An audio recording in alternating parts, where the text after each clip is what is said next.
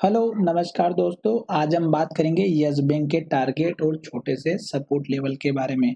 साथ ही हमारा ये वीडियो आपकी एजुकेशन के लिए है, बाय और सेल की कोई एडवाइस नहीं है। तो चलिए वीडियो की शुरुआत करते हैं। सबसे पहले अगर आप देखेंगे तो स्टॉक ने हमारे इस हाई को ब्रेक किया 26 रुपए के, और फिर स्टॉक ने हाई बनाया हमारा 32 रुपए का। उसके बाद स्टॉक में गिरावट आई और स्टॉक गिरते गिरते स्टॉक ने यहाँ तक लो बनाया जो हमारा 20 रुपए का था। तो जब भी स्टॉक हाई बना के जब नीचे की तरफ आता है तो यहाँ तक स्टॉक में गिरावट आई थी। तो ये जो लो था ये आपका एक तो सपोर्ट लेवल इस टाइम पे बनता हुआ नजर आया था।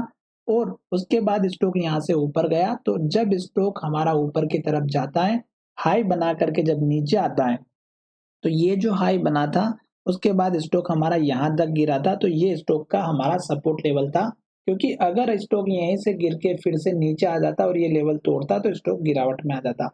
दूसरी बात, स्टॉक ने फिर इस हाई को ब्रेक करके यहाँ पर हाई बनाया था 32-33 रुपए को। और फिर जब स्टॉक गिरा था तो स्टॉक ने यहाँ पर लो बनाया था जो लगभग हमारा 26 रुपए 75 पैसे का था। तो ये उस टाइम का आपका सपोर्ट लेवल था कि जब भी स्टॉक हमारा इस लेवल को तोड़ेगा तो गिरावट आएगी। और उसके बाद क्या हुआ कि स्टॉक यहाँ से ऊपर जाने की कोशिश की, और एक दिन जो स्टॉक ऊपर रहा और फिर स्टॉक ने कौन सी हमारी डोजी कैंडल बना दी और स्टॉक यहाँ से गिरते हुए नीचे की तरफ आ गया और लगातार रेड कैंडल बनाते हुए लो बनाते हुए लो के पास क्लोजिंग देते हुए नीचे की तरफ गया। तो इस तरह से आपको एक तो हमारा पुराना जो सपोर्ट लेवल होता है वो पता चल चुका होगा कि कौन सा स्टॉप लॉस और सपोर्ट लेवल रखना है। तो सिंपल सी बात है कि जब स्टॉक हाई बनाता है और उसके बाद जहां तक गिरते हुए आता है और फिर जब रिटर्न जाता है तो आपको उसी कैंडल के लो का स्टॉप लॉस रखना है। और उसके बाद देखिएगा स्टॉक लगातार गिरते हुए आया और 9 डेज के मूविंग एवरेज के नीचे आ चुका था। और फिर स्टॉक ने जो लो बनाया वो हमारा बना 20 रुपए 55 पैसे का।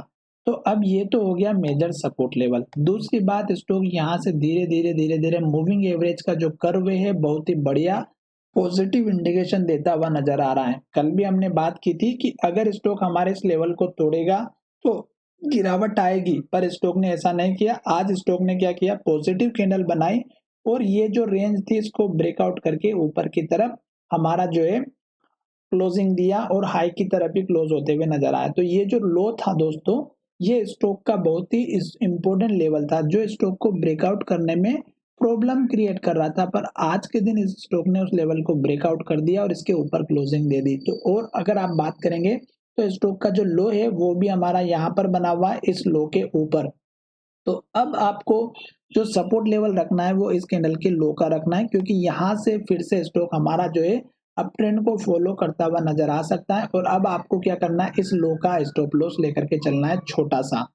अब यहाँ से स्टॉक फिर से जब ऊपर की तरफ जा रहा है और ग्रीन कैंडल बनाते हुए ऊपर की तरफ जाता है, जैसे अगर यहाँ पर देखेंगे तो कल के हाई को ब्रेक किया आज के हाई ने, और फिर से ये हाई ब्रेकआउट होते हुए ऊपर की तरफ जाता है, तो आपको टारगेट किस तरह से पता चलेंगे। तो देखिएगा इस कैंडल का हाई 24 रुपए 40 पैसा देख सकते हैं, ये अब आपका नेक्स्ट टारगेट रहेगा।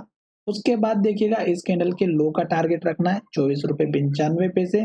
फिर आप इस कैंडल के हाई का टारगेट रखिएगा जो लगभग हमारा यहाँ पर बना हुआ 25 रुपए 60 पैसे से 70 पैसे के बीच का।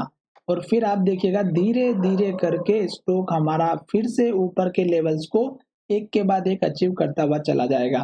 पर स्टॉप लॉस लेकर के जरूर चलिएगा लास्ट के लो का। जैसे कि स्टॉक ने इस लो के बाद ऊपर लो बनाया तो ये लेवल आपका इंपॉर्टेंट हो गया 22 रुपए 80 पैसे का।